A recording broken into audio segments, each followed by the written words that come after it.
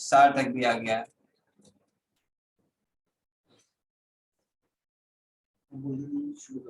चलिए बेटा शुरू करते हैं क्लास। हाँ महक भी आ गई भाई। चलिए बेटा। अच्छा मैथमेटिक्स में क्या चल रहा था महक? लास्ट टाइम तो तुम्ही ने ली थी क्लास, बाकी तो कोई था ही नहीं। आर्यन भी आ गए। चलिए बाकी एक बच्चा बचा है स्वयं। हाँ स्वयं जल्दी आ जाओ बेटा। कहाँ हो आप? अच्छा अजय या सार्थक आप में से किसी के पास अगर स्वयं का नंबर है तो उसे प्लीज कॉल करो और बोलो उससे कि क्लास ज्वाइन करे, क्लास ज्वाइन करे। चलिए अच्छा एक काम करो बेटा, सभी के सभी आज अपनी वीडियोस ऑन करो। ऐसे मजा नहीं आता पढ़ाने में। सबके सब वीडियोस ऑफ करके रखते हैं, ना किसी का चेहरा दिखाई देता ना कुछ दिखाई देता, ना किसी के एक्सप्रेशंस दिखाई देते, किसी के अंदर क्या फीलिंग चल रही है कुछ भी पता नहीं चल पाता है ना। पता है जब क्लास में बच्चे होते हैं तो उनके चेहरों से ही पता चल जाता है उन्हें समझ आ रहा है या नहीं आ रहा। हाँ तो सार्थक, चलिए सृष्टि, अजय, महक, आर्यन सभी अपनी वीडियो ऑन कर लो आज। सर मैं 5 मिनट बात करूं? क्या बेटा? सर मैं 5 मिनट बाद वीडियो ऑन करूं? क्यों, क्या हुआ? सर कुछ काम कर रही थी। अच्छा कुछ काम कर रही थी बेटा। 5 मिनट बाद तो यही है ना, अब हम स्टार्ट करने वाले हैं और फिर छूट जाएगा 5 मिनट का। एक काम करते हैं, काम बाद में कर लेना, अभी हम फिलहाल क्लास स्टार्ट कर रहे हैं। ओके महक? ओके। चलिए अब हम भाई, चलो भाई लास्ट टाइम हमने जो पढ़ा था कौन सा चैप्टर? सीक्वेंस एंड सीरीज चल रहा था। इसमें लास्ट में हमने क्या किया था आपको याद होगा? एक्सरसाइज 6A के सारे क्वेश्चंस मैंने आपको करने को दिए थे, तो किसी की प्रॉब्लम हो तो पूछो। महक की प्रॉब्लम सॉल्व हो चुकी है, बाकी किसी की प्रॉब्लम तो नहीं है बेटा? एक्सरसाइज 6A में किसी की कोई भी प्रॉब्लम है तो प्लीज पूछिए मुझसे। सार्थक, अजय, आर्यन, सृष्टि सभी बताओ, सबने अपने क्वेश्चंस किए हैं ना घर पे?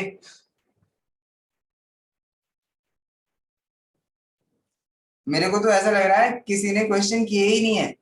अगर आप लोग करते तो बेटा एक ना एक प्रॉब्लम तो जरूर आती। सार्थक मुझे बताओ, सार्थक किए आपने क्वेश्चन? अजय आपने किए बेटा? अजय आप मेरे को सुन पा रहे हैं? सार्थक आप सुन पा रहे हैं?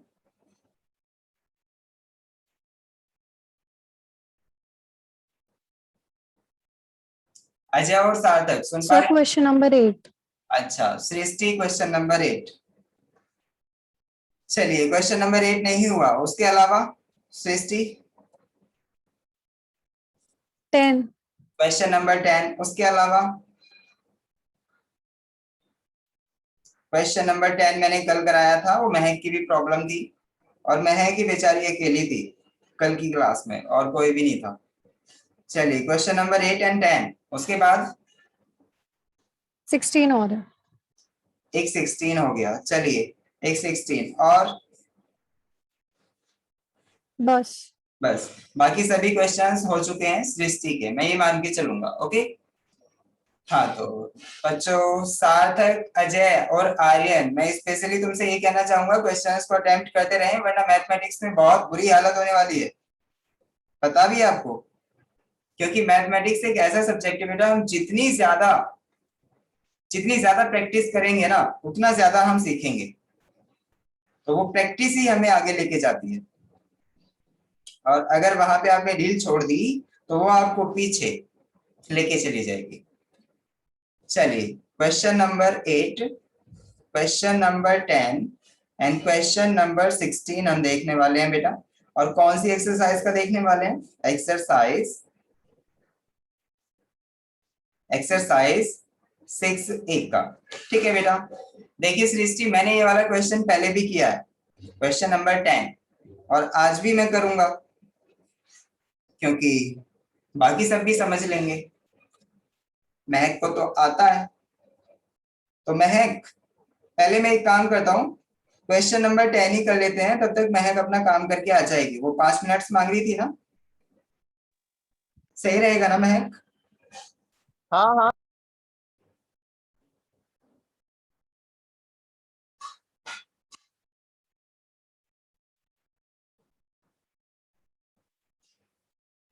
चलिए, हाँ, क्वेश्चन नंबर 10 देखें बेटा।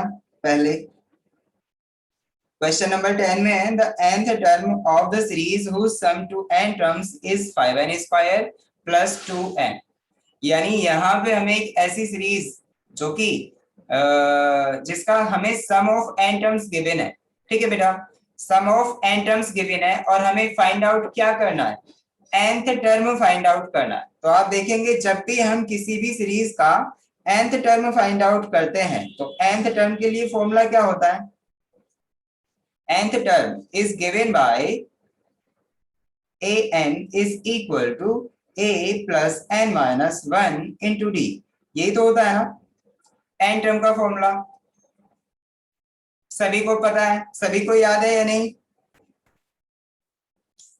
nth term is given by an is equal to a plus n minus 1 into d के इक्वल।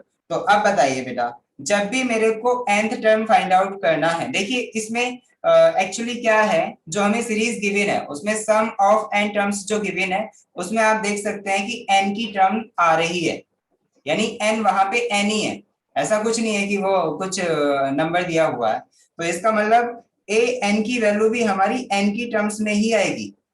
इसका मतलब अगर हम a और d को फाइंड आउट कर लें तो हमारा क्या मिल जाएगा बेटा, nth टर्म मिल जाएगा।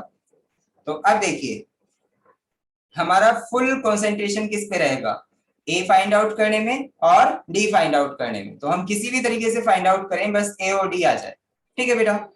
चलिए अब मेरे को ये बताओ सृष्टि, अगर हमें क्या गिवन है, given in the question Sn is equal to sum of n terms is equal to, वो कितना गिवन है, ये गिवन है हमारा 5n स्क्वायर प्लस 2n। तो 5n square plus 2n is the sum of n terms, ठीक है। अब हमें फाइंड आउट करना है a।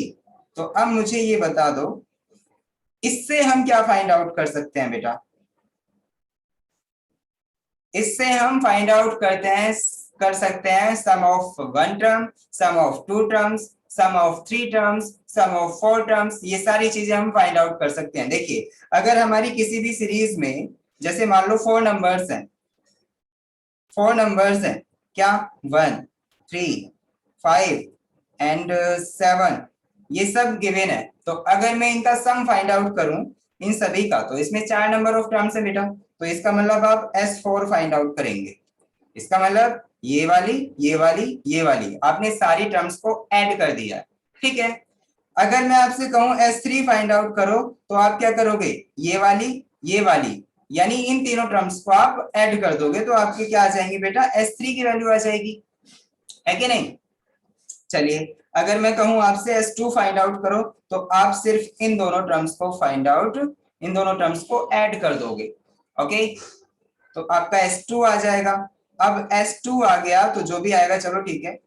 अगर आप S1 फाइंड आउट करें तो इसमें हमारा क्या होगा, इसमें अगर हम फाइंड आउट करना चाह रहे हैं बेटा S1, यानी अकेली टर्म का सम क्या होगा, उसके इक्वल ही होगा ना।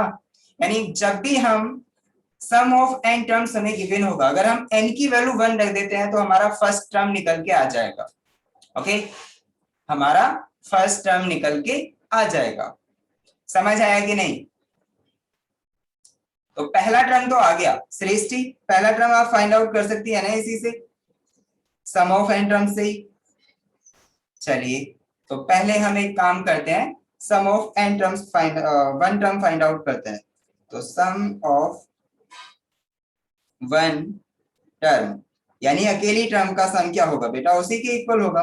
तो S1 is equal to 5 1 square plus 2 into 1, तो यह आ जाएगा S1 is equal to 5 plus 2 means 7 आ गया। ओके, तो फर्स्ट टर्म हमारा आ चुका है। सृष्टि ए की वैल्यू आ गई है बेटा, a इज इक्वल टू 7 आ गया है।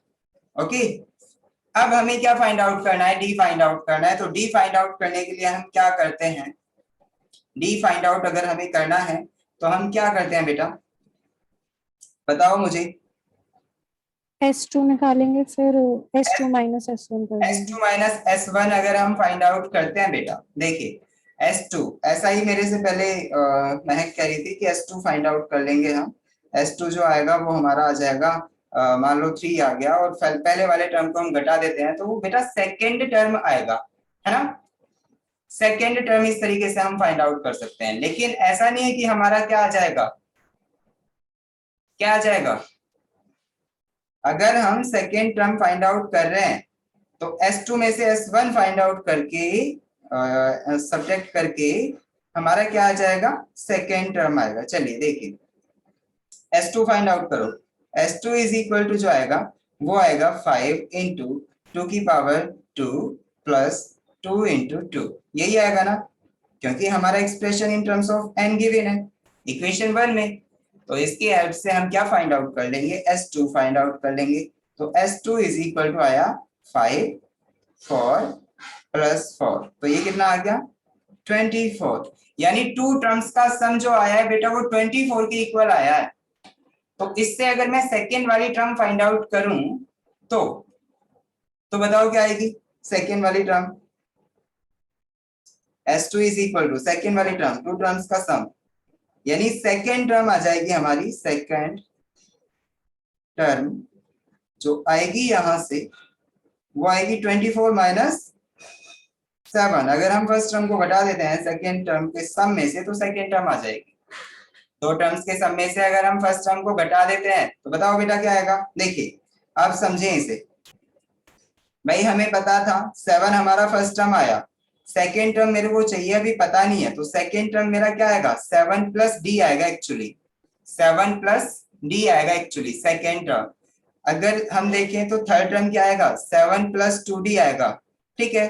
तो हम तभी फाइंड आउट कर सकते हैं जब हमारे पास कॉमन डिफरेंस आ जाए। थर्ड टर्म भी हम तभी फाइंड आउट कर सकते हैं जब कॉमन डिफरेंस आ जाए।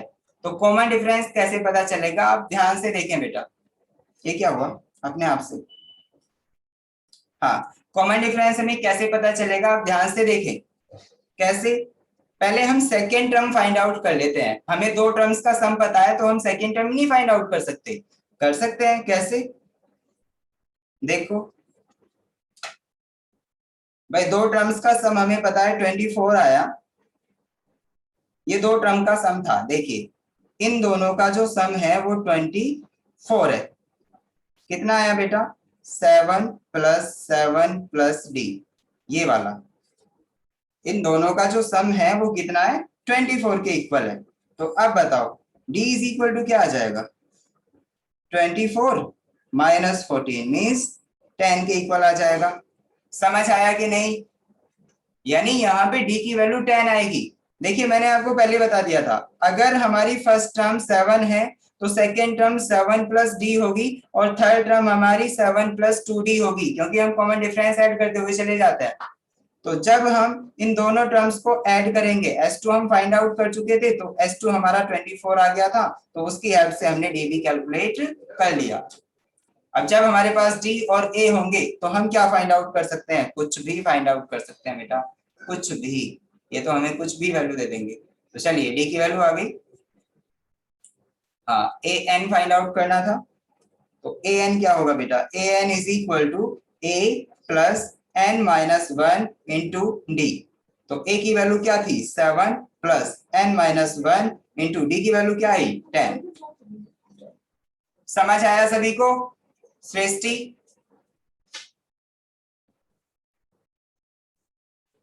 ओके चलिए।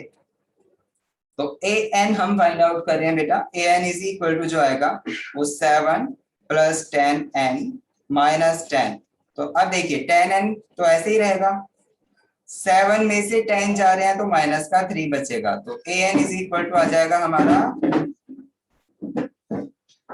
समझ आ गया ना सभी को, an इज इक्वल टू क्या आ गया 10n minus 3, this is the answer. Check करिए कौन सा ऑप्शन मैच कर रहा है।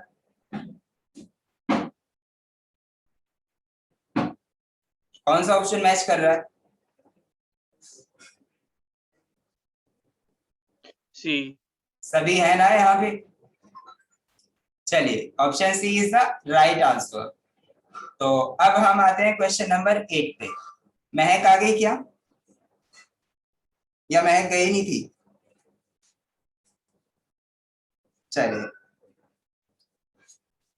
चलिए बेटा, अब हम क्वेश्चन नंबर 8 करते हैं। इसमें क्या कह रहा है? The nth term of an AP is n and nth term is n, the rth term of it is. rth term हमें फाइंड आउट करनी है।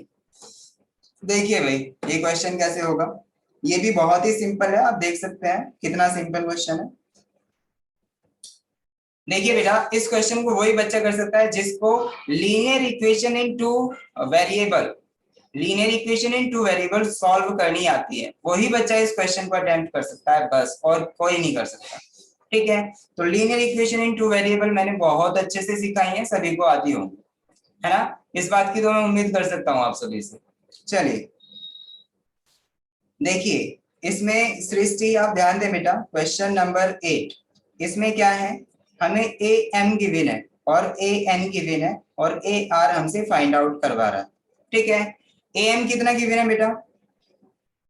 एन के इक्वल। ए एन कितना गिवन है? एम के इक्वल। ऐसा ही है ना, आप देख सकते हैं nth term of an AP is n and nth term is m, यानी nth टर्म जो है वो तो m के इक्वल है और जो mth टर्म है वो n के इक्वल है। सही है, आपको rth टर्म फाइंड आउट करनी है बेटा। क्या? rth टर्म फाइंड आउट करनी है, तो r टर्म जो आएगी हमारी ये वाली आएगी, ए आर हमें फाइंड आउट करना होगा। तो आप देख सकते हैं बेटा, अगर हमें rth टर्म फाइंड आउट करनी है ए आर, तो उसका फॉर्मूला क्या होगा बताना? a plus R minus 1 into D, यही होगा ना, वेयर a इज क्या है? फर्स्ट टर्म एंड d क्या है यहाँ पे? कॉमन डिफरेंस, यही होगा ना। चलिए, तो अब हमारा a क्या है? फर्स्ट टर्म, d क्या है? कॉमन डिफरेंस, और a r हमें फाइंड आउट करना है। आप देख सकते हैं आंसर में जो भी हमारे ऑप्शंस हैं, आप देख सकते हैं जो भी ऑप्शंस है सभी में r का टर्म आ रहा है, लेकिन कहीं ना ही a है और ना ही d है। इसका मतलब क्या है कि हमें a और d की वैल्यू फाइंड आउट करके उसमें रखनी है। ठीक है बेटा, a और d की वैल्यूज फाइंड आउट करके उसमें रखनी है। बच्चे कम कैसे हो गए भाई बीच में ही? सार्थक, अजय, महक, सृष्टि, बाकी कौन था साथ में अभी? आर्यन। आर्यन कहाँ गया? सैम तो आया ही नहीं है क्लास में। चलिए आर्यन बेटा जल्दी से ज्वाइन करें, बीच में क्लास ना छोड़ें। बड़ा दुख होता है पता है जब कोई बच्चा बीच में से चला जाता है। अब ये भी नहीं पता चलता कि उसका कनेक्शन बेकार हो गया है या फिर वो खुद से गया है, लापरवाही बरत रहा है। चलिए चलिए हम आगे बढ़ते हैं भाई। तो ए आर जब हमें फाइंड आउट करना है तो हमारा कॉन्सेंट्रेशन कहाँ होगा सृष्टि? ए और डी फाइंड आउट करने पे, ए और डी फाइंड आउट करने पे। चलिए तो अब हमें बताया बेटा ए एम जो है हमारा, A M is equal to क्या आएगा बताओ? वो एन के इक्वल है। ठीक है, ये इक्वेशन फर्स्ट से है, फ्रॉम फर्स्ट, इक्वेशन फर्स्ट। तो जब ए एम की वैल्यू हमें एन गिवन है, तो देखिए ए एम का फॉर्मूला लगाए यहाँ पे, m plus sorry a plus, यहाँ पे आएगा a plus m minus 1 into D. यही होता है ना, अगर हमारा कॉमन डिफरेंस क्या है सीरीज का? ए, और डी क्या है? कॉमन डिफरेंस डी है। तो फर्स्ट टर्म हमारा ए हो गया और कॉमन डिफरेंस डी हो गया। तो इस केस में हमारा जो फॉर्मूला बनेगा वो ये वाला बनेगा, इज इक्वल टू एन। तो एक इक्वेशन तो ये आ गई, सही है। दूसरा, from equation second, equation second equation कौन सी है बेटा? आप देख सकते हैं, मैंने यहाँ पे नहीं लिखी, मैं लिख देता हूँ अभी। ये मेरी फर्स्ट इक्वेशन है और ये मेरी सेकेंड इक्वेशन है। ओके, तो सेकेंड इक्वेशन से अब हम क्या करने वाले हैं? सेकेंड इक्वेशन हमें देगी a plus n minus one into D is equal to जो है वो m के इक्वल है। ओके, ये इक्वेशन सेकेंड है। समझ आया कि नहीं? मैंने इक्वेशन फर्स्ट और सेकंड को ही लिखा है बस, लेकिन ए और डी की टर्म्स में लिख लिया है फॉर्मूला खोल के। ओके बेटा, अब आप देखें ए और डी कैसे फाइंड आउट करना है। जब मेरे को डी फाइंड आउट करना होगा तो मैं ए को एलिमिनेट करूंगा, तो एलिमिनेशन मेथड से आप सॉल्व करें दोनों इक्वेशंस को। अगर यहाँ पे हम करें फ्रॉम सबट्रैक्टिंग इक्वेशन 2 फ्रॉम 1, बताइए क्या आएगा? देखिए, अगर मैं सेकंड को 1 से सब्ट्रैक्ट कर रहा हूं तो इसमें से ये जाएगा, तो अब देखिए ए से ए कटेगा, भाई घटने पे क्या आएगा? ए में से जब ए घटेगा तो 0 आएगा ना। चलिए मैं लिख ही लेता हूं, अब कंफ्यूज मत होना। m minus one into D is equal to n, पहली वाली इक्वेशन ऐसे ही रखी, और दूसरी वाली जो इक्वेशन है वो है हमारी a plus n minus one into D is equal to n। देखिए सेकेंड वाली इक्वेशन ये है, मैंने सब्ट्रैक्ट कर दिया, तो इस सब्ट्रैक्ट करने पे ये cancel, m minus one d और minus n minus one d. तो देखिए m माइनस वन में से माइनस कर रहे हैं n माइनस वन और d को हम ले रहे हैं बाहर कॉमन। ठीक है, चलिए n माइनस m बचा, तो अब ये हमारा क्या होगा बेटा? d इज इक्वल टू क्या आ जाएगा यहाँ से? चलिए पहले इस ब्रैकेट को सॉल्व करते हैं। m minus one minus n plus one is equal to n minus m। ठीक है, तो d इंटू m ऐसे ही रखा। आप देख सकते हैं 1 से हमारा 1 कैंसिल हो रहा है, तो हमने ये काट दिया और m माइनस n बचा और is equal to n minus m बचा। तो आप देख सकते हैं d की वैल्यू क्या आ रही है? d इज इक्वल टू यहां से आ जाएगा हमारा, d इज इक्वल टू आ जाएगा क्या बेटा? n minus m upon m minus n। तो आप देख सकते हैं ऊपर से हम माइनस वन कॉमन ले सकते हैं, तो ये बचेगा हमारा m minus n upon m minus n। अब देखिए ऊपर नीचे सेम साइड हो गई है, सेम चीजें हो गई हैं, तो हम इसे काट सकते हैं और ये वन टाइम कट गया। ओके, तो इसकी वैल्यू जो आई बेटा, कॉमन डिफरेंस की वैल्यू, d की वैल्यू जो आई हमारे पास वो कितनी आई? माइनस वन के इक्वल। अब जैसे ही हमारे पास d होगा तो क्या हम a नहीं फाइंड आउट कर सकते? Yes, we can find the a। कैसे? यूजिंग इक्वेशन फर्स्ट और सेकेंड। तो आप देख सकते हैं इक्वेशन फर्स्ट में अगर मैं वैल्यू रखता हूँ d की, तो a की वैल्यू क्या आएगी? इक्वेशन फर्स्ट हमारी क्या थी भाई? इक्वेशन फर्स्ट मैं ले रहा हूं बेटा, ये थी मेरी a plus m minus one into D is equal to n, ये थी ना। अगर मैं यहाँ पे d की वैल्यू माइनस वन पुट कर देता हूं तो ये वैल्यू इसमें डालो बेटा, यहाँ पे ये वाली। चलिए, तो a plus m minus one into D, D की वैल्यू क्या है? d की वैल्यू है माइनस वन, तो minus one is equal to n हो गया। अब बताओ इसमें कोई प्रॉब्लम? a भी आ जाएगा, तो a देखिए कितना आएगा बेटा?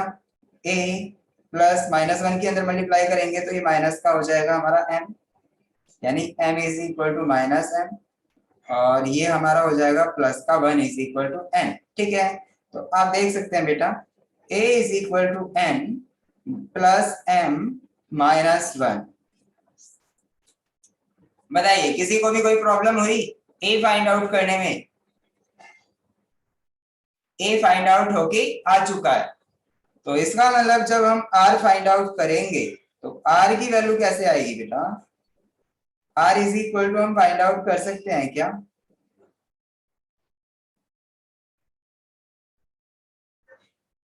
हाँ, r की वैल्यू हम फाइंड आउट कर सकते हैं ना, ए आर की, sorry A are is equal to जो होगा हमारा वो होगा a plus R minus one into D. तो a की वैल्यू है हमारे पास, रख दो। d की वैल्यू हमारे पास ऑलरेडी हम पहले ही फाइंड आउट कर चुके थे ऊपर, आप देख सकते हैं। कितनी है वो वैल्यू, -1 के इक्वल। देखिए d is equal to -1। Okay, तो ये दोनों वैल्यू आप इसमें डालें बेटा, और ए आर जो आएगा हमारा निकल के वो कितना आएगा, a are is equal to, a की वैल्यू यहाँ रखे, n plus m -1 plus r -1 into D, D की वैल्यू क्या है -1। सही है, चलिए n प्लस m -1 प्लस -1 की आप अंदर मल्टीप्लाई करेंगे तो ये r जो है हमारा वो माइनस का हो जाएगा, तो -r, और 1 जो है प्लस का हो जाएगा, तो 1 से हमारा 1 कट गया, और यहाँ आप देख सकते हैं बेटा ए आर की वैल्यू आपको मिल गई n plus m minus r। तो आप देख सकते हैं ये हमारा ऑप्शन सही है। हाँ सृष्टि, सृष्टि यस सर, कैसा लगा क्वेश्चन, सही था सर, आ गया समझ। आ गया समझ, वेरी गुड। तो ये हमारा क्वेश्चन हो चुका है। ओके, अब हम बात करते हैं नेक्स्ट क्वेश्चन जो था हमारा, वो था बेटा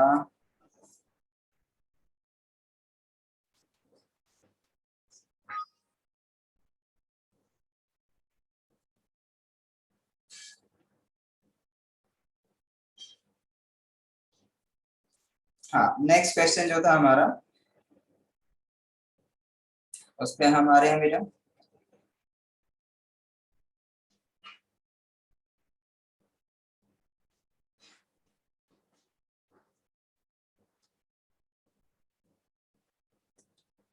देखिए नेक्स्ट क्वेश्चन कौन सा था सृष्टि, 16 क्वेश्चन है ना, 16 वाला करना है ना, तो 16 हम देख लेते हैं। यस सर, चलिए 16 को करते हैं भाई कवर।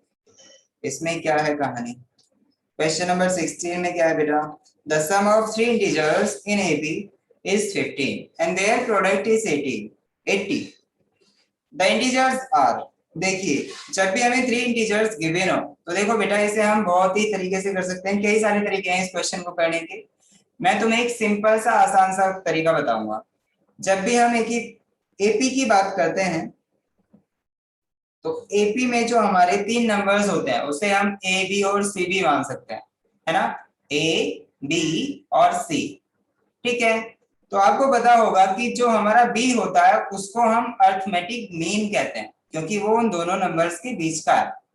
तो अर्थमेटिक मीन यानी बी इज इक्वल टू जो होगा हमारा वो ए प्लस सी अपॉन 2 के इक्वल हो जाएगा, है कि नहीं। तो एक कंडीशन तो हमें यहां से मिल जाएगी, दूसरी कंडीशन क्या मिलेगी कि इनका सम जो है वो किसके इक्वल है, 15 के इक्वल है।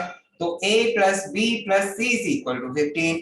आगे क्या कर रहा है कि इनका जो प्रोडक्ट है वो किसके, 80 के इक्वल है। तो प्रोडक्ट क्या होगा ए बी और सी का, सृष्टि product of A B and C, 80। हाँ 80 के इक्वल गिवन है, तो a multiply b multiply c is equal to 80 आ जाएगा। यानी हमारे पास तीन इक्वेशन होगी और तीनों इक्वेशंस की हेल्प से हम क्या फाइंड आउट कर लेंगे, नंबर्स फाइंड आउट कर लेंगे a b और c की value. Okay sir hit and trial method लगा सकते हैं। हाँ, मैं क्या कहा आपने,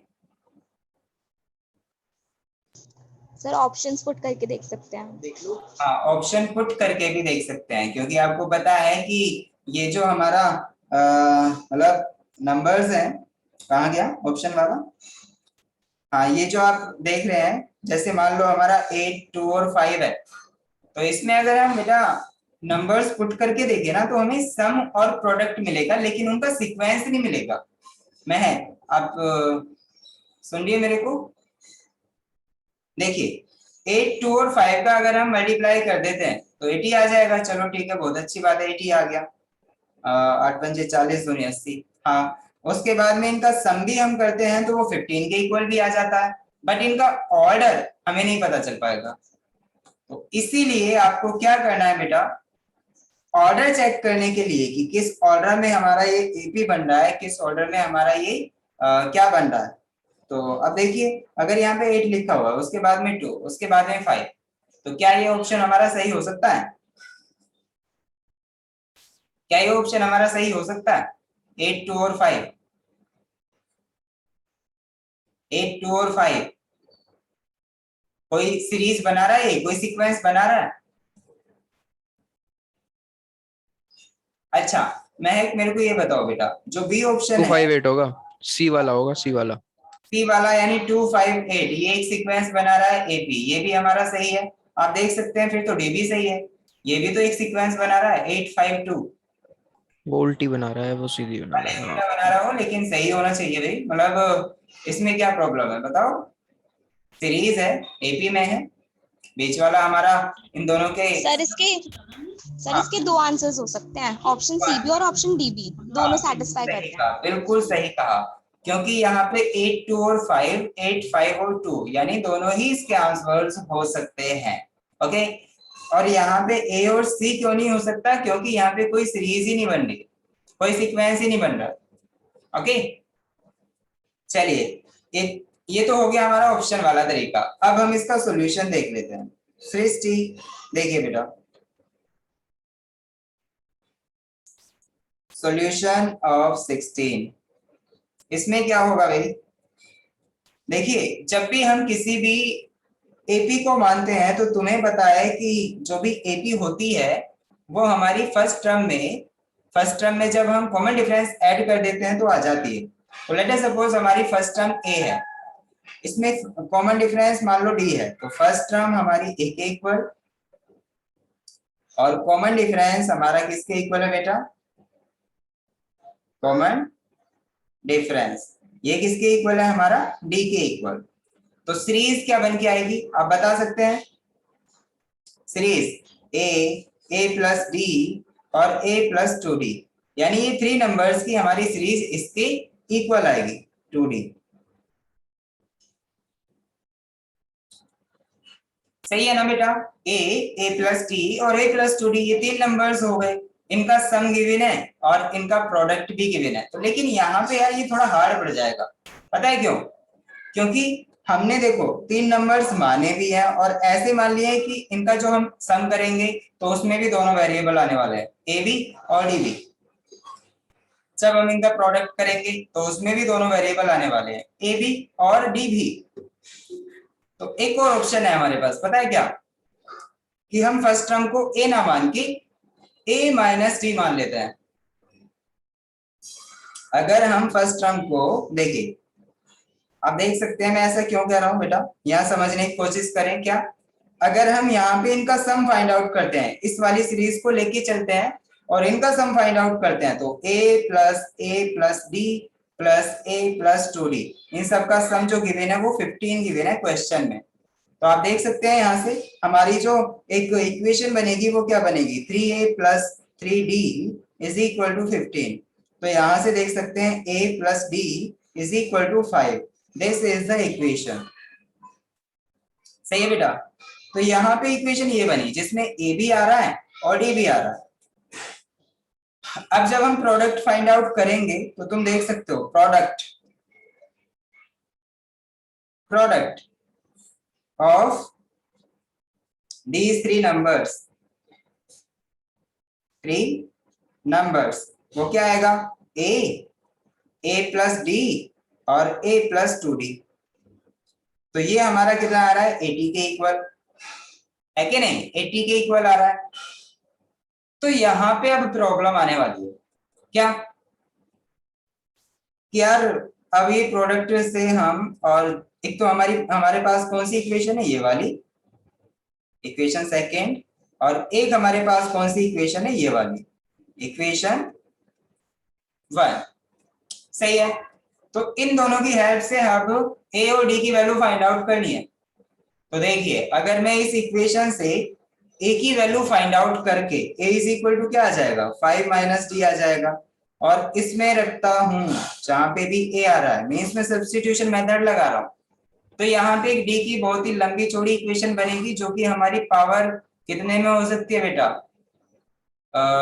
ए की वैल्यू फाइंड आउट करके रख रहा हूं ना, तो पावर 3 यानी क्यूबिक इक्वेशन बन जाएगी, और ये सोल्व करना कोई ज्यादा आसान काम नहीं होगा। तो इसीलिए ध्यान रखें, जब भी आपको 3 नंबर्स वाला कोई क्वेश्चन मिल रहा है जिसमें आपको 3 नंबर्स गिवन है किसी भी एपी के, तो उस टाइम पे आप हमेशा एक ये वाला मेथड लगाएं। देखो,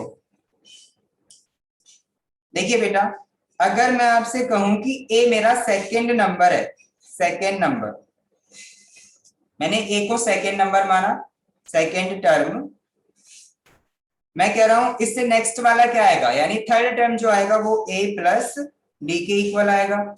जब सेकंड मेरा ए हो गया तो ये वाला थर्ड टर्म होगा, थर्ड टर्म। ठीक है बेटा, तो अब मेरे को ये बता दो फर्स्ट टर्म कौन सा होगा। फर्स्ट टर्म क्या होगा, जल्दी बताओ। महक, सृष्टि, आर्यन, अजय, सार्थक, आर्यन तो है नहीं। A minus D. A minus D, very good, यानी A minus D is the first term. Second term ये हो गया जिसमें हम डी ऐड करके लेके आए हैं, और थर्ड टर्म ये हो गया जिसमें मैंने फिर से बाद में डी ऐड कर दिया। तो अब देखो इन सबका सम फाइंड आउट करो, डी तो बचेगा ही नहीं, तो हमारा डी का तो खेल ही खत्म कर दिया। तो इसका मतलब सम ऑफ these numbers, तो बताना क्या आएगा, a minus D plus A plus D is equal to 15 है। चलिए अब आपके नए सिरे से इक्वेशन बनेंगे बेटा। तो अब देखें आप, डी से डी कैंसिल, ए कितना हो गया 3a is equal to 15, a is equal to 15/3, और ये आ गया हमारा 5 के इक्वल। सही है, ए की वैल्यू आ गई कितने आसानी से। अब जब ए आ गया हमारा, तो अब तो हम इनका प्रोडक्ट भी फाइंड आउट कर सकते हैं भाई। तो आप देख सकते हैं ए माइनस डी में मल्टीप्लाई ए की, और इसमें भी मल्टीप्लाई ए प्लस डी की, तो ये भी अब कौन सी बड़ी बात है कैलकुलेट करना, बताओ। देखिए ए माइनस डी इंटू ए प्लस डी, कोई आइडेंटिटी होती है क्या, कोई आइडेंटिटी होती है क्या, ए माइनस डी मल्टीप्लाई ए प्लस डी, बताओ। ए स्क्वायर माइनस डी स्क्वायर होता है ना, याद आया आपको, ए स्क्वायर माइनस डी स्क्वायर का फॉर्मूला ए माइनस डी इंटू ए प्लस डी, है ना। चलिए, और ए हमारा ऐसे ही रहा, और ये हो गया 80। ओके, ए की वैल्यू आप रख सकते हैं यहाँ पे, ए की वैल्यू हमें गिवन है 5, तो 5 into 5 square 25 minus D square is equal to 80। 80 का जब हम इसमें 80 में जब 5 का डिवाइड करेंगे तो क्या आएगा,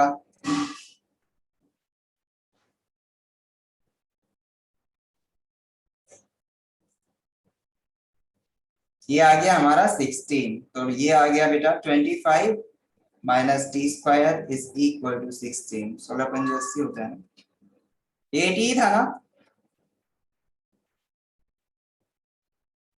80 था या कितना था, हाँ 80 था प्रोडक्ट। चलिए बेटा, तो इसका मतलब ये आया कि D square is equal to क्या आ गया बेटा, देखिए यहाँ से डी स्क्वायर की वैल्यू फाइंड आउट करें, तो डी स्क्वायर को अगर हम राइट हैंड साइड में ले जाते हैं और 16 को लेफ्ट हैंड साइड में ले जाते हैं, तो ये आ जाएगा हमारा 25 minus 16 is equal to D square, और ये 9 is equal to D square, और डी की वैल्यू आ जाएगी यहाँ से क्या, d इज इक्वल टू आ जाएगा हमारा +-3, आप देख सकते हैं +-3। तो अब देखिए बेटा इक्वेशन कैसे बनेगी हमारी, मतलब जो टर्म्स हैं वो कैसे हैं। देखिए जो हमने 3 टर्म्स मानी थी, चलिए मैं एक काम करता हूँ, d की वैल्यू मैं ले लेता हूँ +3, तो उस टाइम पे मेरा आंसर क्या होगा बेटा, a की वैल्यू तो 5 आ गई थी, और जब हम d की वैल्यू यहाँ रखेंगे तो ये क्या आ जाएगा 2 के equal, first term. Second term देखें, a की वैल्यू 5 है। थर्ड टर्म देखें, थर्ड टर्म जो आएगा हमारा वो 5 + 3 मीन्स 8 आ गया। तो आप देख सकते हैं हमारा सीक्वेंस क्या बना, सीक्वेंस क्या बना, देखिए मैं सीक्वेंस यहाँ पे लिख रहा हूँ 2, 5 और 8, दिस इज द सीक्वेंस। या तो हमारा ऑप्शन ये वाला होगा जिसमें 2, 5, 8 लिखा है, या फिर अब देखिए जो हमारी d की वैल्यू -3 आई है उसको डालो यहाँ पे -3, तो देखिए भाई -3 रखेंगे तो ये कितना हो जाएगा +3, यानी यहाँ पे हो जाएगा हमारा 8 के इक्वल। फिर यहाँ पे 5 तो ऐसे ही रहेगा, और यहाँ पे +3 की जगह पे -3 करना है, तो इसका मतलब ये -3 हो गया, तो ये हमारा क्या आ जाएगा भाई, ये आ जाएगा 2 के इक्वल, तो ये 2 आ गया, तो इसका मतलब 8, 5 और 2 भी हमारा एक सीक्वेंस होगा। तो इसके 2 राइट आंसर्स होंगे बेटा, 2 राइट आंसर्स होंगे, आप देख सकते हैं। तो 8, 5, 2 भी इसका हमारा, इसकी सीरीज होगी या सीक्वेंस होगा। समझ आया भाई सभी को?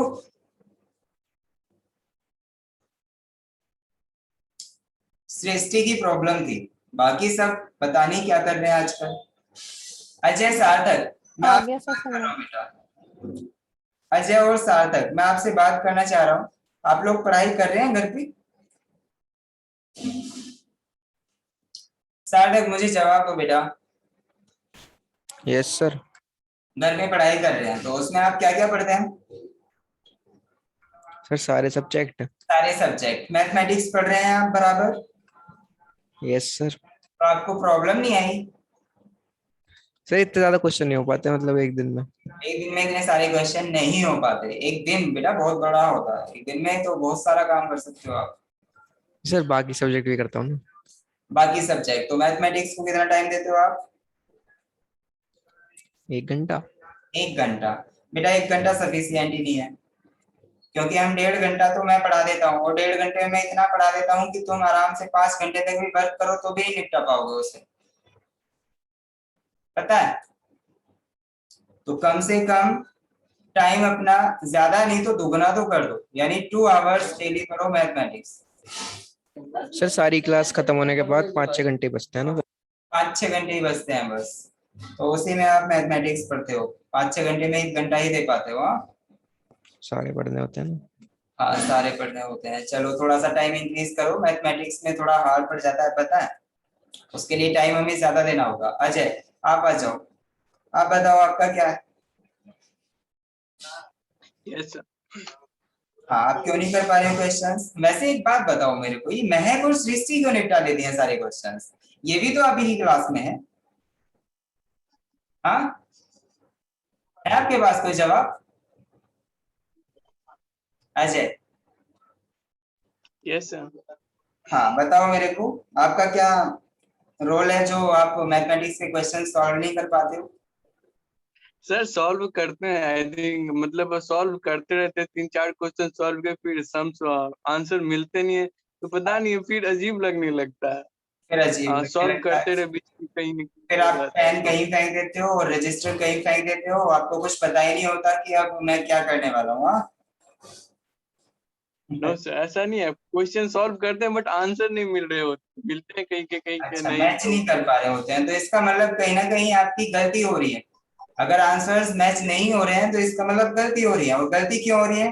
क्योंकि कंसेप्ट क्लियर नहीं है, और कंसेप्ट क्लियर करने हैं तो क्या करना पड़ेगा उसके लिए? जो भी डेली पढ़ाया जा रहा है, जो भी डेली पढ़ाया जा रहा है उसे अच्छे से पढ़ना पड़ेगा। यहाँ पढ़ने के बाद घर पे प्रैक्टिस जरूरी है। ठीक है बेटा? अगर आपको कुछ समझ नहीं आ पा रहा है तो आप नेक्स्ट डे आप मेरे से पूछ सकते हो, प्रॉब्लम्स पूछ सकते हो। आज तो मैं स्वयं की भी प्रॉब्लम सॉल्व करवाने वाला था शुरू में आते ही, लेकिन स्वयं आया ही नहीं है। उसकी तो प्रोपोर्शन की प्रॉब्लम्स है, ऐसा नहीं है कि उसकी ये सीरीज वगैरह जो चल रहे हैं वो इसकी दे रहा है प्रॉब्लम्स। अब देखिए, उसकी जो प्रॉब्लम्स आ रही है वो प्रोपोर्शन की आ रही है, इसका मतलब पता है क्या हुआ? वो जो अभी तक क्वेश्चन सॉल्व कर रहा है ना, वो प्रोपोर्शन के सॉल्व कर रहा है। सीरीज पे तो वो आया ही नहीं है अभी, सीक्वेंस एंड सीरीज पे।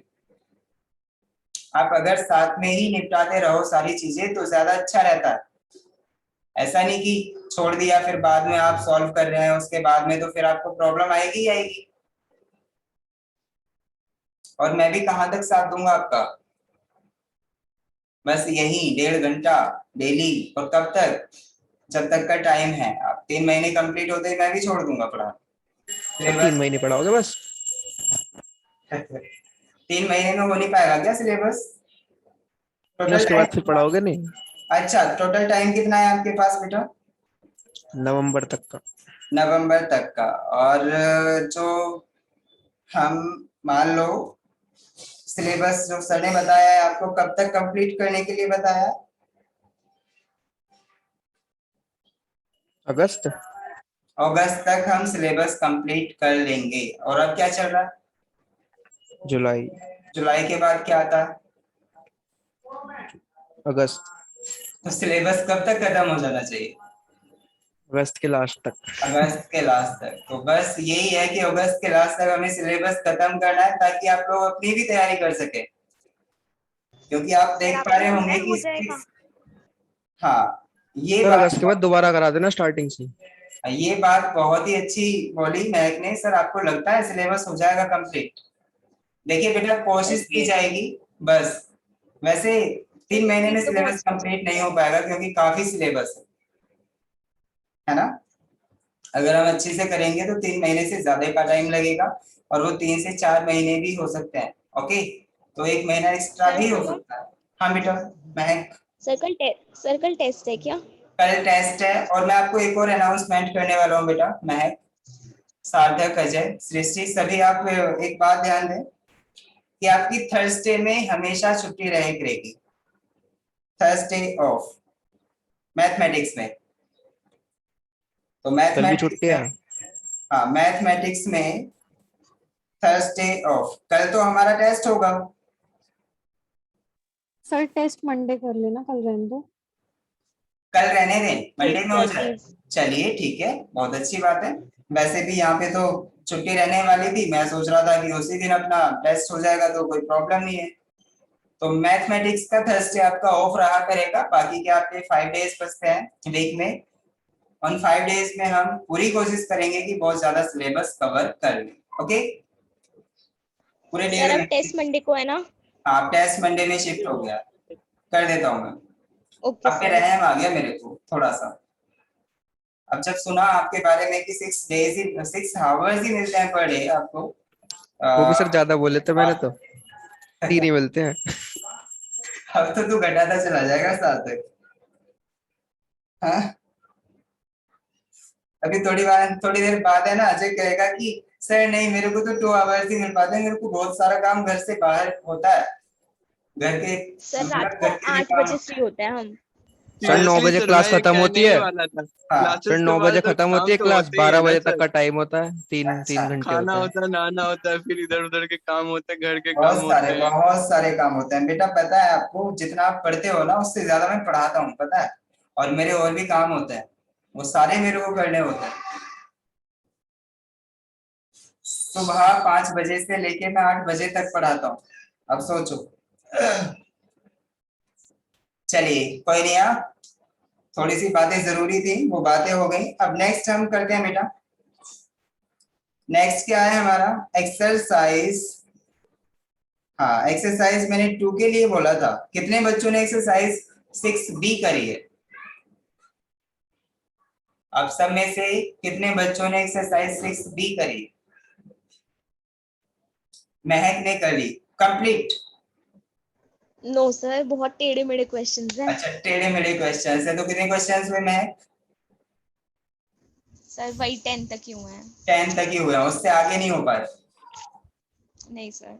चलिए सर बाकी मेरे भी थोड़े बहुत ही हुए हैं। थोड़े बहुत ही हुए हैं, यानी टेढ़े मेढ़े ज्यादा क्वेश्चंस आ रहे हैं। तो अब मेरे को एक काम करो, शुरू से लेके 1 2 3 4 5 6 7 8 एंड 9 एंड 10, यानी 10 क्वेश्चंस में जो भी तुम्हारी प्रॉब्लम्स आई है वो मुझे यहाँ पे बताओ। बेटा मैं सिर्फ प्रॉब्लम्स बताऊंगा, जो मेरे से क्वेश्चन कराया जाएगा मैं सिर्फ उसी पे ध्यान दूंगा, उसी को कराऊंगा। ओके, क्योंकि कंसेप्ट तो मैं सारे क्लियर करा चुका हूँ। जो भी इसमें फॉर्मूले यूज होंगे सारी चीजें मैं बता चुका हूँ, कैसे आएंगी क्या होगा। तो अब यहाँ पे आपका काम है कि आप पूरी एक्सरसाइज को अपने आप से करें, ठीक है। और बाकी जो क्वेश्चन प्रॉब्लम था, नंबर 9। Question number 9। चलिए सर क्वेश्चन ये नंबर 9। समझ तो आ सर ये समझ तो आ गया करना कैसे है, बट आगे जाके ना कैलकुलेशन थोड़ी डिफिकल्ट हो गई। डिफिकल्ट हो जाती है, चलिए कोई बात नहीं। आगे बेटा सृष्टि आपका। सर सुनो, हाँ, सर जो आगे जाके क्वेश्चन डिफिकल्ट हो जाता है मैं उसी में पूछ रही थी, कैलकुलेटर बता दो कैसे यूज करते हैं। अच्छा लाइक कैलकुलेटर डिवाइड कैसे? क्रॉस। हाँ बेटा देखो, सर। हमारे पास एक ऐसा सिंपल वाला कैलकुलेटर होता है, ये वाला। Yes sir. और इसमें हम क्या शॉर्टकट्स लगाएंगे बताओ? इसमें बस मल्टीप्लाई कर सकते हैं, एडिशन कर सकते हैं, सब्ट्रैक्शन कर सकते हैं और डिवीजन कर सकते हैं। इसमें हम कोई इक्वेशन सॉल्व नहीं कर सकते। और तुम देख रहे हो कि यहाँ पे जब भी हम टर्म्स यहाँ पे ये सब चीजें फाइंड आउट कर रहे हैं तो इसमें हमें एक इक्वेशन सॉल्व करनी पड़ रही है। तो इक्वेशन कहाँ से सॉल्व करें? इससे वो साइंटिफिक कैलकुलेटर्स आते हैं जिससे हम इक्वेशन सॉल्व करते हैं, और वो कैलकुलेटर तुम्हें अलाउ ही नहीं है, पता है आपको? महक, यस सर। हाँ, तो इक्वेशन वाले क्वेश्चंस तो आपको ऐसे ही करने पड़ेंगे। अब एक काम करें, देखिए जब भी हम इक्वेशन वाले क्वेश्चंस को सॉल्व कर रहे हैं तो आप ऐसा चेक करके देखें कि जो ऑप्शंस यहाँ पे दिए हुए हैं, मान लो हमसे कोई चीज निकलवा रहा है तो आप देखें कि वो इक्वेशन को सेटिस्फाई कर रहा है या नहीं कर रहा है, तो उसी से आ जाएगी। बट इक्वेशन तक तो आपको करना ही पड़ेगा, इक्वेशन बनानी पड़ेगी आपको, सही है? तो कैलकुलेटर का हम ज्यादा इस्तेमाल नहीं कर सकते बेटा मैथमेटिक्स में, जो पॉसिबल है बस उतना ही कर सकते हैं। ओके, चलिए अब हम क्वेश्चन नंबर 1 पे आगे बढ़ जाते हैं। क्वेश्चन नंबर 1 कौन सा है? एक्सरसाइज 6B का क्वेश्चन नंबर 1। इसमें क्या है देखें आप, क्वेश्चन नंबर 1 है the seventh term of the series 6, 12, 24 and so on is, यानी हमें यहाँ पे 7 टर्म ये सब तो दिया हुआ था, मतलब हमें फाइंड आउट करना है। तो ये सब तो हो गया होगा आपका। क्वेश्चन नंबर 9 के बारे में बताया है मेरे से किसने? महक ने। क्वेश्चन नंबर 9 इसका करना है, ठीक है? चलिए क्वेश्चन नंबर 9, क्वेश्चन नंबर 9 में हम जो करेंगे बेटा, the sum of the series 2, 4, 3, 8, 1 यानी 81 and 27 and so on to 8 terms। यहाँ पे कहा है कि 8 टर्म्स तक जारी है। इसके हमें 3 टर्म्स तो दिए हुए हैं, बाकी 5 टर्म्स और भी हैं। ओके, 2 8 टर्म्स का मतलब समझे, यहाँ कई बार अप टू 7 टर्म्स लिखा आएगा, कई बार 2 टर्म्स लिखा आएगा, 2 8 टर्म्स, 2 10 टर्म्स, 2 इतने टर्म्स, ठीक है? तो आप यहाँ पे ध्यान दें कि हमसे क्या कह रहा है, सम ऑफ द सीरीज। ऐसे ही सम ऑफ द सीरीज यहाँ पे 2, 43, 81, 27 एंड ऐसे ही हमको लेके जाना है 8 टर्म्स तक, ठीक है? अब आगे आ जाओ, इसमें हमें सीरीज गिवन होती है ना, तो अगर सीरीज गिवन है तो हम कुछ भी फाइंड आउट कर सकते हैं, फिर हमें किसी भी चीज की जरूरत नहीं होती। क्यों? क्योंकि हमें फर्स्ट टर्म भी पता होता है, कॉमन डिफरेंस भी पता चल जाता है क्या आएगा। और वैसे भी अब मेरे को ये बताओ, ये जो सीरीज है क्या इसमें कॉमन डिफरेंस फाइंड आउट करेंगे आप? क्या ये एपी है?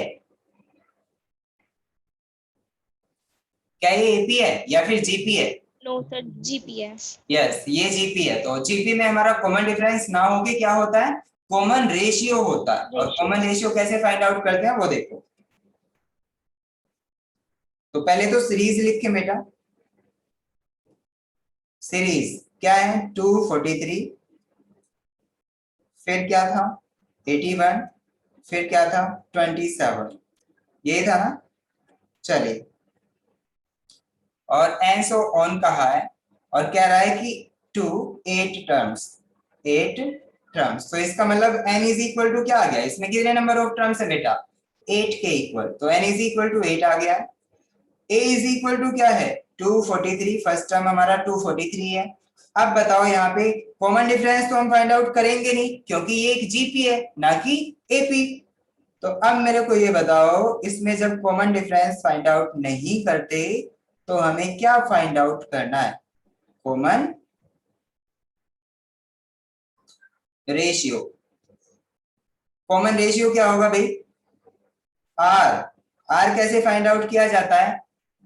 सेकेंड टर्म में फर्स्ट टर्म का डिवाइड करके या फिर थर्ड टर्म में सेकेंड टर्म का डिवाइड करके। यानी जैसे हम common ratio find out, common difference find out करते थे ना, कि सेकेंड टर्म में से फर्स्ट वाला टर्म हमने घटा दिया या फिर थर्ड टर्म में से सेकेंड वाला घटा दिया, इस तरीके से हम कॉमन डिफरेंस फाइंड आउट कर लेते थे। लेकिन अब यहाँ पे घटाना नहीं है, अब यहाँ पे डिवाइड करना है।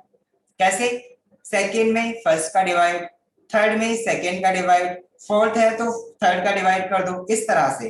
तो आप देख सकते हैं बेटा, हम दोनों, क्योंकि हमारे पास सिर्फ 3 ही नंबर्स हैं, तो ताकि हमें कंफर्म भी हो जाए कि ये हमारी जीपी है या नहीं। बेटा ये जीपी है।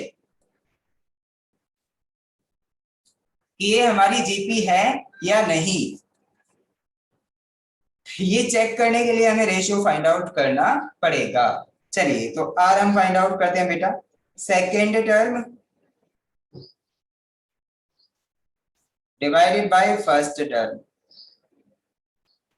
तो r is equal to second term बेटा कितना है 81, फर्स्ट टर्म कितना है 243, हाँ 243। चलिए अब बताओ कितना आएगा ये 3 टाइम्स कट गया क्या? यस 3 टाइम्स कट गया 1/3 आ गया। 81 से 3 टाइम्स कट गया 1/3 आया। ओके तो r इज इक्वल टू 1/3। एक काम करते हैं, अभी कंफर्मेशन नहीं हुआ है कि हमारा कॉमन डिफरेंस 1/3 ही है या कुछ और है। ठीक है तो अब हम एक काम करते हैं, जो हमारे थर्ड टर्म में सेकेंड टर्म का डिवाइड कर देते हैं हम, तो r is equal to third term divided by second term. ठीक है बेटा, तो सेकेंड टर्म थर्ड टर्म कितना है 27 और सेकेंड टर्म 81, तो आप देख सकते हैं ये भी हमारा 1/3 आया। अब कंफर्मेशन हो चुका है क्या कि r इज इक्वल टू 1/3 है। ओके तो r इज इक्वल टू 1/3 हो गया, तो ये हो गया हमारा कॉमन रेशियो। ओके समझ आया कि नहीं? समझ आया कि नहीं? आ गया। चलिए बेटा अब हम बात करते हैं किसकी, कॉमन रेशियो जब हमें मिल गया, फर्स्ट टर्म हमें मिल गया, तो अब तो हम कुछ भी फाइंड आउट कर सकते हैं। वो कह रहा था सम टू 8 टर्म्स, तो आप देख सकते हैं सम टू n टर्म्स क्या होता है बेटा, sum of n terms of n GP जो होता है बेटा वो किसके इक्वल होता है, sum of n terms of GP किसके इक्वल होता है, ये होता है S N is equal to A. हाँ अब आप यहाँ पे ध्यान दें, क्या कौन सा फॉर्मूला लगाएं, क्योंकि यहाँ पे 2 फॉर्मूले थे। मैंने बताया था sum of n terms of a GP जो होता है ना बेटा, ए जीपी वो जो होता है हमारा वो किसके इक्वल होता है बताओ। ए देखिए 2 फॉर्मूले बताए थे, मैं बता देता हूं आपको क्या थे, r की पावर n-1 अपॉन r-1।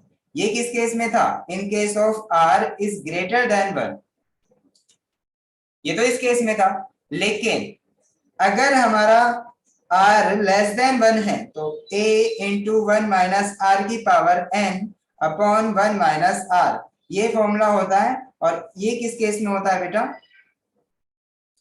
ये किस केस में होता है, अगर हमारा r क्या है इज लेस देन 1 है।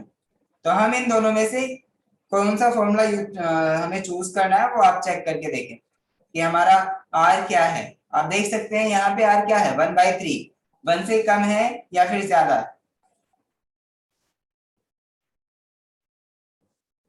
बताओ r यहाँ पे 1 से कम है या फिर 1 से ज्यादा है या इक्वल है, कम है, यानी 1/3 तो यार कम ही होगा, 1 का ही थर्ड पार्ट कर दिया। तो इसका मतलब सेकेंड फॉर्मूला आप यूज कर सकते हैं। आप फर्स्ट फॉर्मूला भी यूज करेंगे तो भी आंसर सेम ही आएगा। आप देख सकते हैं अगर हम माइनस कॉमन ले, यहाँ पे माइनस कॉमन लेके और यहाँ से भी माइनस कॉमन लेके बाहर करें तो यही वाला टर्म आने वाला है। ठीक है तो ये तो फॉर्मूले भी सेम ही है, पता नहीं क्यों कंडीशन दिखाते हैं। चलो कोई बात नहीं, उसका भी कोई रीजन ही है बेटा, इसी वजह से ऐसा फॉर्मूला दिखाया है। चलिए हाँ तो अब हम ये वाला फॉर्मूला यूज करेंगे।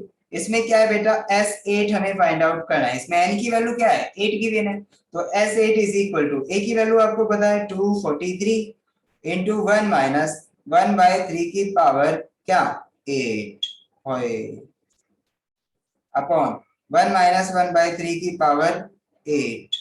अच्छा तो महक को यहाँ पे प्रॉब्लम आई थी सर नीचे r की पावर 8 क्यों होगा?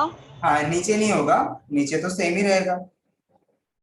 वही तो यस सर, ये तो पावर बहुत मैं ज्यादा हो गई ना। महक को इसीलिए प्रॉब्लम आई थी कि सर यहाँ तो बहुत ज्यादा बड़ी पावर हो रही है, अब इसका क्या करें, ये तो बहुत बड़ी प्रॉब्लम क्रिएट कर देगा, है ना। कैलकुलेटर से 8 बार वो कर लो ना मल्टीप्लाई 1/3। हाँ, अब यहाँ पे आप देख सकते हैं सार्थक ने बिल्कुल सही कहा, आप यहाँ कैलकुलेटर यूज करें जब हम वैल्यूज सर मैं रख यही लेते तो हैं। पूछ रही थी। हाँ, तो अब 3 की पावर 8 की वैल्यू फाइंड आउट नहीं करनी आती आपको? नहीं अच्छा, तो 3 की पावर 8 की अगर हम वैल्यू फाइंड आउट कर रहे हैं, इसमें तो कोई ऐसा ऑप्शन भी नहीं है। सर 3 को 8 बार मल्टीप्लाई कर दो और जो भी आंसर है उसे 1/। 3 को 8 टाइम्स मल्टीप्लाई करना पड़ेगा, जल्दी जल्दी जल्दी जल्दी, है ना। सर कैलकुलेटर में एक ऑप्शन होता है, इसमें एक अगर ऑप्शन ऐसे होता सर, है, हाँ इसमें एक ऐसा ऑप्शन होता है कि 3 की पावर हम कुछ ऐसा कर सकते हैं, लेकिन इसमें कुछ फोन में होता है वो शायद, हाँ सर अगर फोन 3 की वाले में होता पावर है वो। 100, वो दूसरे वाले में सर होता है जो साइंटिफिक कैलकुलेटर होता है। हाँ मैं सर अगर 3 की पावर 100 दे रखी है तो 3 को आप 100 टाइम्स थोड़ी लिखोगे। वही तो सोचने वाली बात है। चलिए कोई बात नहीं, देखो अलग अलग कैलकुलेटर आते हैं, उनकी अलग अलग क्षमताएं होती हैं बेटा, वो क्या कैलकुलेट कर सकते हैं। और यहाँ पे तो चलो मैं बताऊंगा आपको कैसे हम यूज कर सकते हैं इसे, अगर इसमें कोई ऑप्शन हुआ तो मैं आपको जरूर बताऊंगा। मैं जो यूज करता हूँ वो एक साइंटिफिक कैलकुलेटर यूज करता हूँ, तो मेरे को उसके बारे में ज्यादा नॉलेज है। और ये तुम्हारा छोटा सा कैलकुलेटर है, इसमें हम क्या कर सकते हैं। चलिए कोई बात नहीं, सर ठीक हमें है। बता दो वाला कहाँ से मिलता है, हाँ, वो वाला साइंटिफिक कहाँ से मिलता है कैलकुलेटर, हमें बता दो। बेटा साइंटिफिक कैलकुलेटर आप यूज घर पे कर सकते हो, उसे पेपर में एग्जाम में नहीं लेके जा सकते। एग्जाम में हाँ, आप कई ये सेंटर पे लेके जाने दिया जाता है सर। साइंटिफिक कैलकुलेटर आप लेके जा सकते हो। यस सर, मैंने देखा है लेके जाते हुए। चलो तो साइंटिफिक कैलकुलेटर मंगा लो आप, अगर ऐसी बात है तो। भाई एक रेस्ट्रिक्शन होता है कि हम सिर्फ यही वाला कैलकुलेटर यूज कर सकते हैं, मैंने कई एग्जाम्स में देखा। अगर आपके एग्जाम में ऐसा नहीं है तो आप साइंटिफिक कैलकुलेटर ले लो। आपका तो इक्वेशन सॉल्व करना भी बता दूंगा मैं आपको, 2 वेरिएबल 3 वेरिएबल में इक्वेशन जो होती है वो कैसे। साइंटिफिक वो होता है क्या, वो जिसमें वो कैसियो का होता है, केस होता है जिसके हाँ, अंदर कैसियो प्लास्टिक का का। जो होता है वही होता हाँ है। वो तो अलाउड होता है शायद। वो अलाउड है तो फिर आपको मैं इक्वेशन तक सॉल्व करना बता दूंगा आपको। 2 वेरिएबल की इक्वेशन 2 मिनट में आंसर, चाहे कितनी बड़ी इक्वेशन हो। ठीक है सर। चलिए ठीक है, तो अब यहाँ पे आप देख सकते हैं बेटा 3 की पावर 8 की वैल्यू जो आएगी। अब देखो मैं आपको एक मेथड बता देता हूँ, चलो इसे भी हम कैसे कर सकते हैं अभी पावर कम करके, क्योंकि अब हमें नहीं पता कि यार इसकी पावर कितनी बड़ी सी लग रही है। तो चलिए, वैसे है ना आपको टाइम तो उतना ही लग जाएगा, अगर आप मेरे मेथड से करते हैं तब भी इतना ही टाइम लगने वाला है, और आप 3 की पावर 8 की वैल्यू फाइंड आउट करते हैं तब भी इतना टाइम लगने वाला है। हाँ सर साइंटिफिक कैलकुलेटर अलाउड नहीं है, सिर्फ 6 नहीं है फंक्शन का 12 डिजिट तक अलाउड है। भाई, भाई मैं कह रहा था आपसे साइंटिफिक कैलकुलेटर अलाउड नहीं होता एग्जाम में। यस सर, तो अभी 3 बुक की खोल पावर दिया। 8 तो हाँ 3 81 की को 2 पावर, बार 81 इंटू 81 कर दो बस। हाँ 81 इंटू 81 हो जाएगा, क्योंकि हमें पता है 3 की पावर 4 जो होता है वो 81 होता है, तो 81 इंटू 81। हाँ तो यहाँ से हमें पता चल गया कि भाई 81 की मल्टीप्लाई 81 में ही करें, अब तो हम कैलकुलेटर का यूज कर सकते हैं।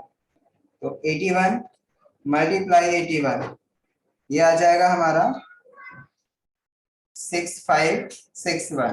ठीक है बेटा, लेकिन हमें किसकी वैल्यू फाइंड आउट करनी है, 1/6561 की वैल्यू। आप एक काम करें 3 की पावर 80 रखे हो, सिर्फ 1 की नाम फाइंड आउट करें तो ये ज्यादा अच्छा है, वरना वो पॉइंटों में आ जाएगा आंसर। ठीक है बेटा,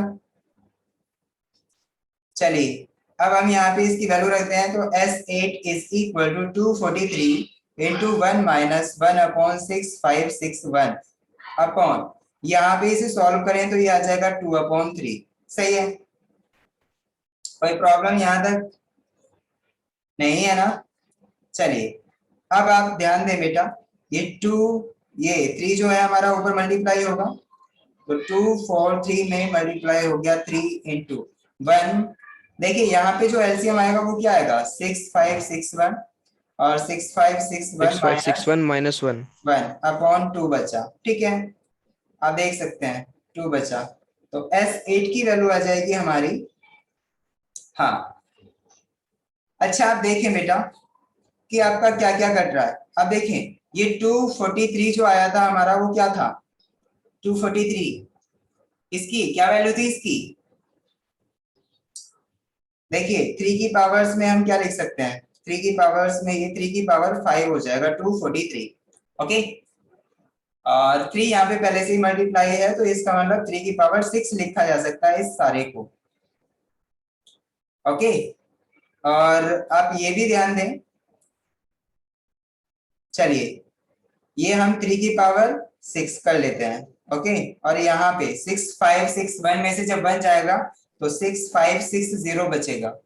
सर अपॉन 1457.7777 ऐसा आ रहा है आंसर। अरे अपॉन आप देखिए बेटा यहाँ पे ये 6561 अभी हमने क्या लिखा था 3 की पावर 8 ही तो था ये 3 की पावर यस 8 सर, और अपॉन ये क्या है 2। आप देख सकते हैं 3 की पावर 2 बच जाएगा। 2 बच जाएगा तो यहाँ पे आ जाएगा हमारा 6560 60 अपॉन 9 अपॉन 9 और अपॉन 2। 9, हाँ ये हमने काट दिया था तो 9 और ये आ जाएगा यहाँ पे 2। ठीक है बेटा, तो अब देखिए 2 से काटो इसे, 2 3 जा और 2 2 जा 2 8 जा और ये आ गया ये सही है। 364.44। हाँ तो 9 का अब इसमें डिवाइड करना है तो 8 is equal to 328 divided by 9।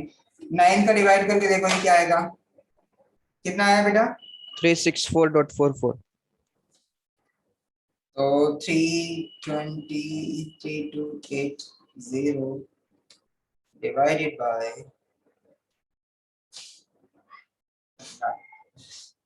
364। Yes ये आया 364.44। ये आंसर आ रहा है क्या, है ऑप्शन में?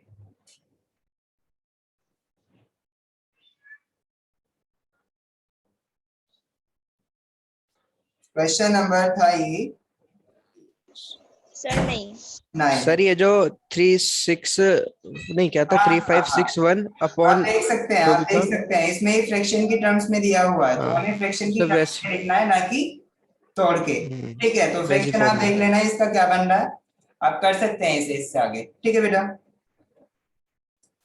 फ्रैक्शन आप करके देख लेना क्या हो रहा है, आप यही छोड़े इसे ये वाला। ठीक है, तो आप देखना इसे कौन सा बन सर रहा है। सेम तो नहीं, सर सेम तो नहीं आ रहा पर अप्रॉक्स आ रहा है। अप्रोक्स नहीं सेम ही आएगा। नहीं आ रहा। चलिए मैं इसे बता ही देता हूँ, एक काम करते हैं 3280 में डिवाइड करते हैं 9 का तो ये कितना बचता है, जो रिमाइंडर होगा वो रिमाइंडर हमारा ऐड हो जाता है। चलिए देखिए 9 से 1 कटेगा 9 3 जा 9 3 जा तो 9 3 जा कितने हो गए 27, 27 बचा कितना 5, 5 8 उतारा है यहाँ 8 पे। अब बताओ 9 5 जा 9 5 जा हमारे होते हैं नहीं 45, 9 छिक्का 54, 9 छिक्का 54 9 कितने 6 जा होता है? 54 9 6 जा 54 ठीक है, तो ये बचा हमारा 4। 40 फिर 9 से हम काटेंगे भाई अब इसको 9 4 जा तो 9 9 4 जा 36 9 4 जा 36 तो यहाँ पे आया 4। तो 4 इसका मतलब ये है बेटा देखिए 364 जो हमारा 4 आया वो हमने ऐड किया, रिमाइंडर आया और जो 9 9 का डिवाइड किया था वो, तो ये ऑप्शन देखिए मैच कर रहा है क्या ना 364, ये तो कहीं आए सर नहीं। नन ऑफ दिस कर दो ना, नन ऑफ दिस पे कर दो ना। अरे हाँ ऑप्शन डी भी तो हो सकता है, नन ऑफ दिस। सोच ही नहीं सर रहा पर बुक में नहीं दे रखा ये वाला ऑप्शन। तो कौन सा दे रखा है आंसर बुक में 6B का question number 8 A option is correct answer. ऐसा कैसे हो सकता है, हमने कहीं गलती थोड़ी ना की है। कौन सा था ये 6B का क्वेश्चन नंबर 9 वाला। क्वेश्चन नंबर 9 था, क्वेश्चन नंबर 9 का चेक करो।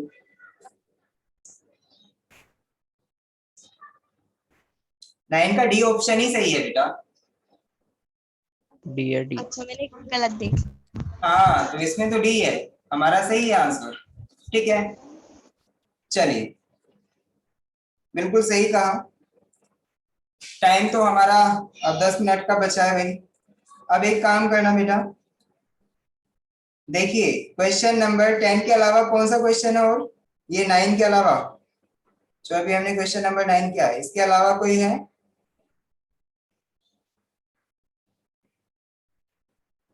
बताओ।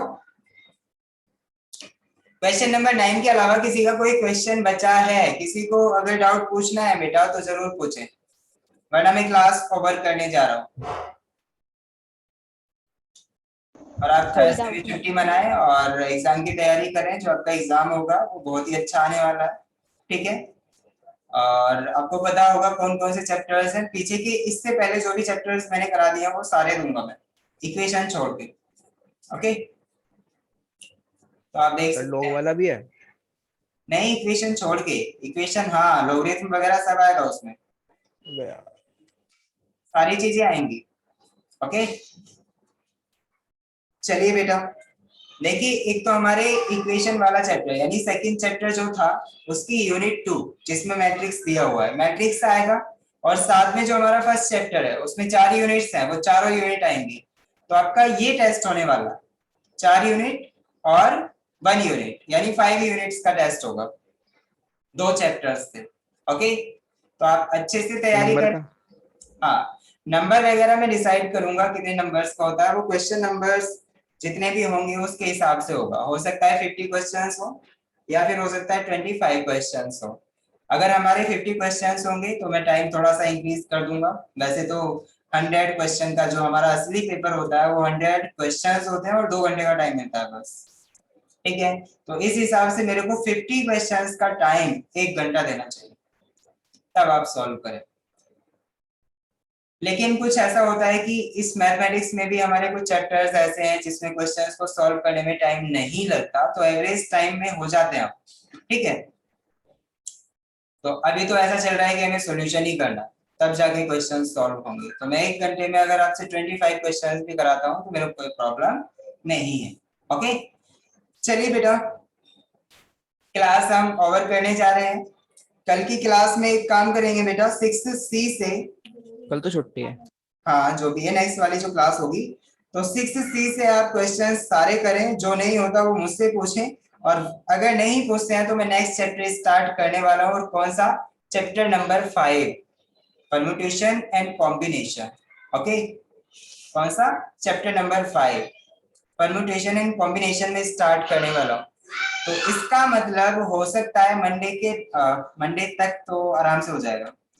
यानी हो सकता है कि फ्राइडे में ही हम ये चैप्टर स्टार्ट कर दें। तो आप सभी इसका एक काम करना, रिव्यू वगैरह पढ़ लेना, इसमें क्या चीज है, कहाँ हमें प्रॉब्लम आ रही है, कितना हमें आता है, ये सारी चीजें आपको पता होना चाहिए और क्या हमें सीखना है। ओके, एक बार देख लेना क्वेश्चन चैप्टर नंबर 5 पढ़ के थोड़ा सा, तो आपको पता लग जाएगा।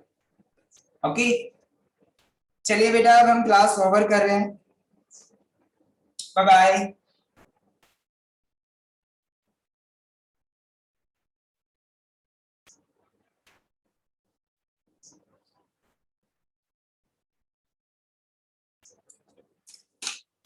ठीक है।